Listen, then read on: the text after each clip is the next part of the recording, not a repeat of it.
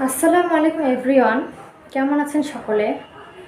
আমি সাদিয়া আপনাদের মাঝে আরও একটি নতুন ভিডিও নিয়ে হাজির হলাম। আজকের ভিডিওতে আমরা শিখব রিলেটিভসের কিছু ইংরেজি নাম। তো চলুন কথা না বাড়িয়ে শুরু করা যাক। ফাদার মানে বাবা, মাদার মানে মা, সিস্টার মানে বোন, ব্রাদার মানে ভাই,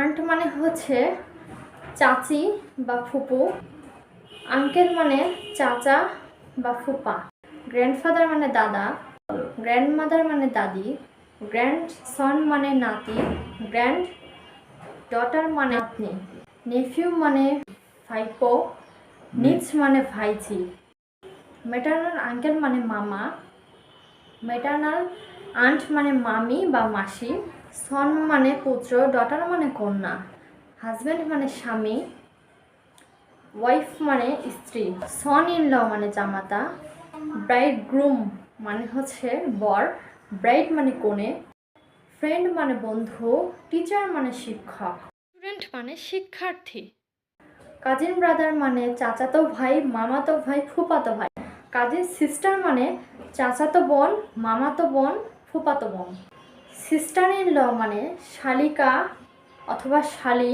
বৌদি, ননদ, বড় যা, ছোট যা, ভাবি, যেটাই বলি না কেন।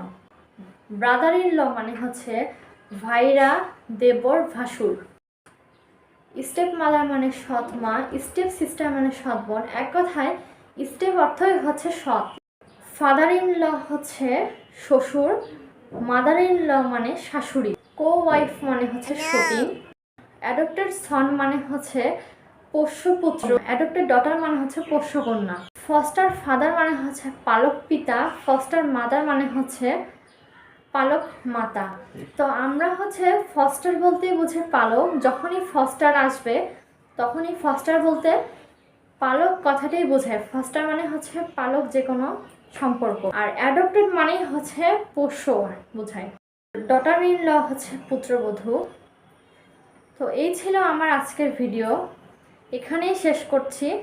সবাই ভালো থাকবেন, সুস্থ থাকবেন, নিরাপদে থাকবেন এবং আমাদের পাশে থাকবেন।